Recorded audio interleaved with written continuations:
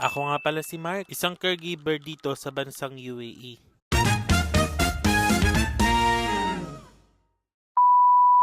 Ang dami nga palang nagtatanong sa akin kung paano nga pala ako nag-apply ng caregiver dito at kung ano nga pala ang agency ko sa Pinas at kung magkano din nga pala ang sinasahod ng caregiver dito sa UAE. Sa video na to ngayon sasagutin natin yan. Sa nagtatanong kung paano ako nag-apply dito as caregiver, dito nga lang din pala ako nag-aral guys. Nag-aral ako ng 3 months tapos every week, isang araw ka nga lang din pala papasok doon. Nakadepende sa day off mo. That time din kasi, nung nag-aaral nga pala ako, is nag-work nga pala ako as admin sa dati kong trabaho. Kung gusto nyo nga malaman din ang pinag-iskulan ko, comment nyo nga lang din yan para sabihin ko sa inyo. At sa nagtatanong naman kung anong agency ko sa Pilipinas, is wala po akong agency. Kasi nung nagpunta ako dito sa UAE, is in-sponsoran nga ako ng nanay ko. Kaya nakarating din ako dito. Tapos dito na lang din ako naghanap ng trabaho. Pero that time kasi is hindi pa caregiver ang trabaho ko. Kasi wala pa akong certificate that time. Kaya nag-apply